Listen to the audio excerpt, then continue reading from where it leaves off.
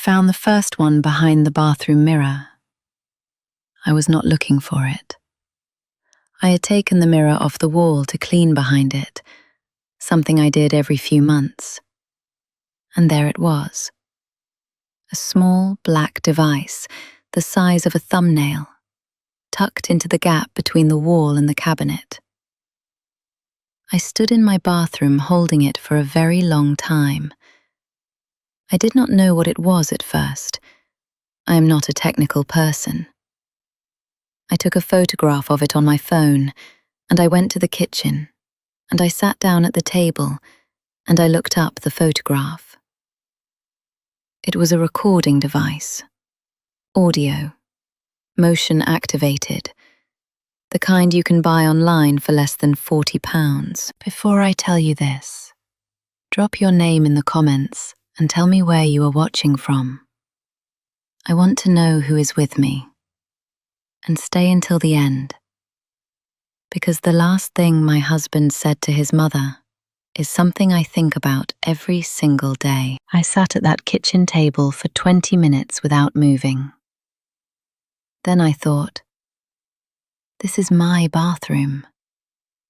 This is the room where I shower, where I dress, where I have private conversations with my husband when the door is closed. And someone put a device in this room deliberately. And that someone had a key to my house.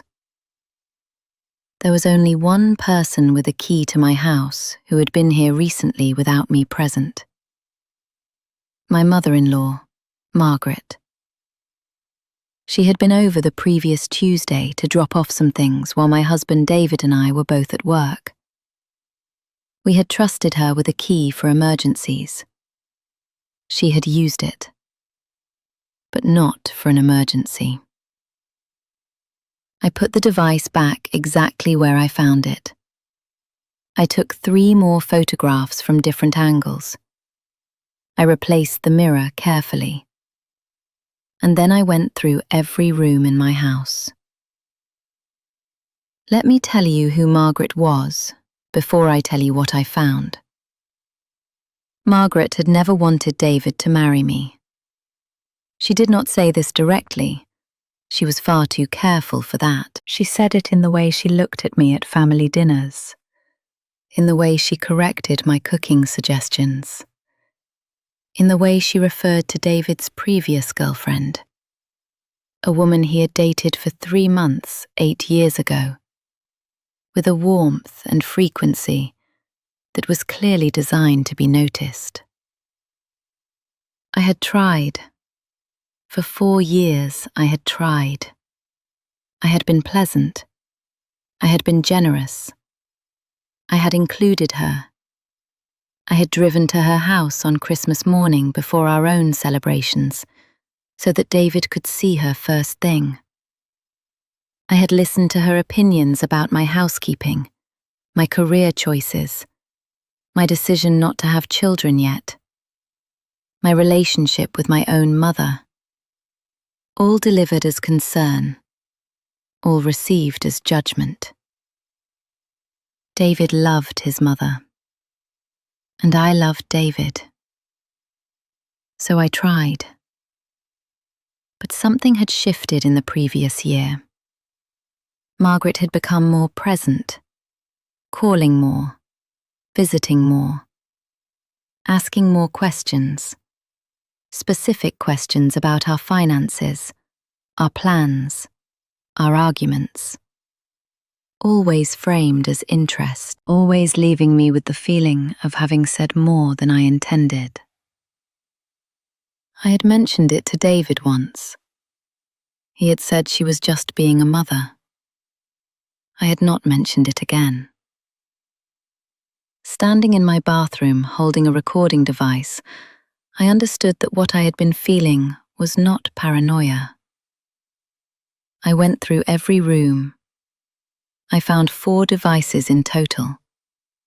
1 behind the bathroom mirror, 1 inside the living room bookshelf, tucked behind a row of books, pointed at the sofa where David and I always sat. 1 in the kitchen, behind a plant on the windowsill, angled toward the kitchen table. And one, the one that made me sit down on the floor, in our bedroom. Positioned on the top shelf of the wardrobe, pointed at our bed. 4 devices, in 4 rooms, in my home. I photographed every single one. I did not move any of them. I called David at work. I told him to come home. I told him to come now. I want to tell you about my husband's face when he saw them. I had prepared myself for him not to believe me. I had prepared myself for him to defend her, to say there must be an explanation.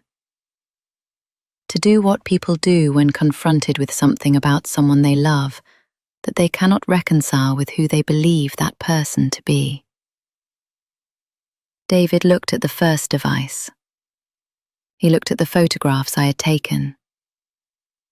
He sat down on the bathroom floor next to me. He was quiet for a long time. Then he said, "How long?" Not a question, a statement. How long has this been happening? We went through the house together. He saw each one. He did not speak while we looked. When we had seen all 4, we went to the kitchen and sat at the table, and he put his head in his hands. He said, "I need to call her." I said, "I know." He called her, on speaker. I sat across from him. She answered on the 2nd ring.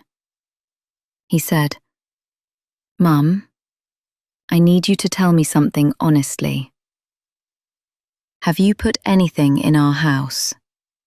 Any kind of recording equipment?" There was a silence. Then she said, and I will never forget the speed of it, the complete absence of hesitation. She said, "I did it for you, David. I was worried. I needed to know what was going on in your marriage. I needed to know if she was right for you." 4 years. 4 years of trying.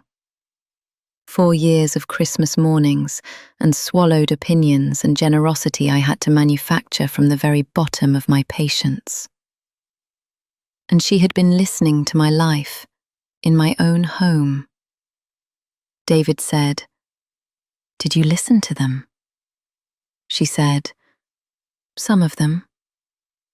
He said, "When did you put them there?"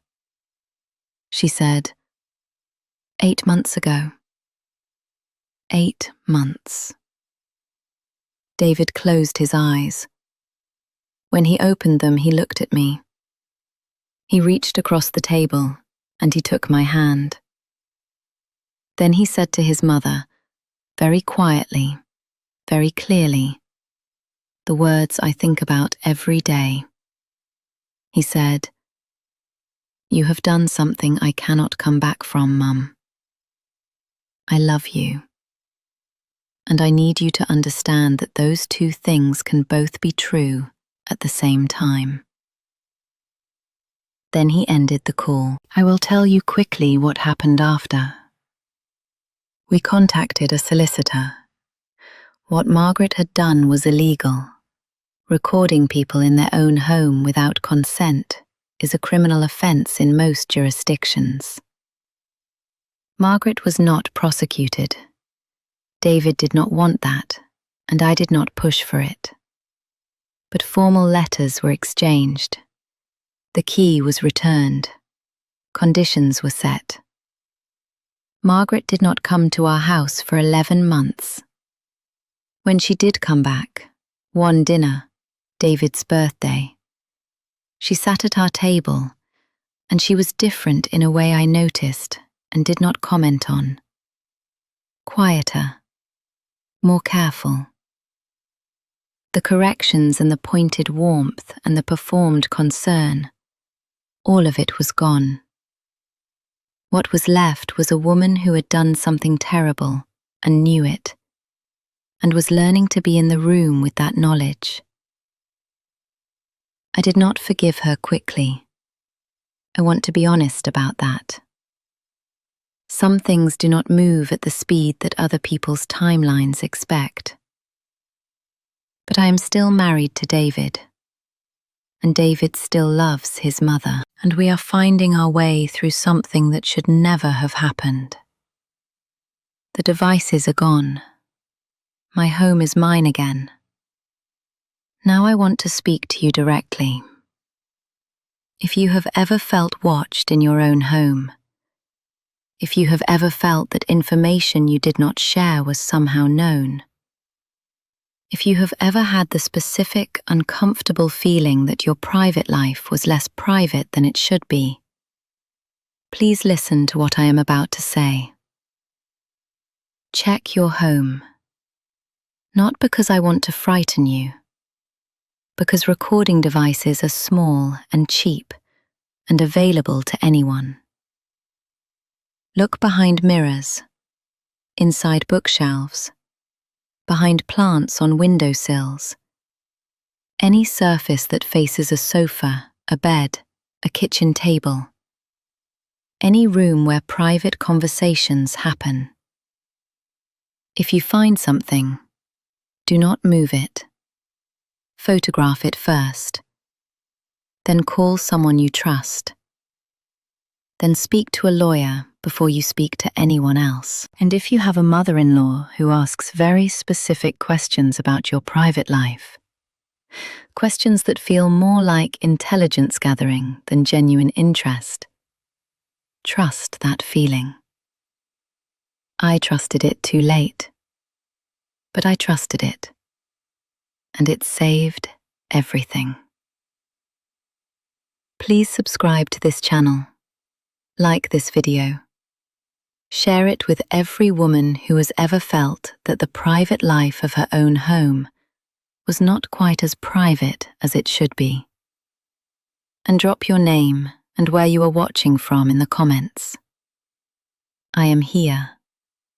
I am reading all of them.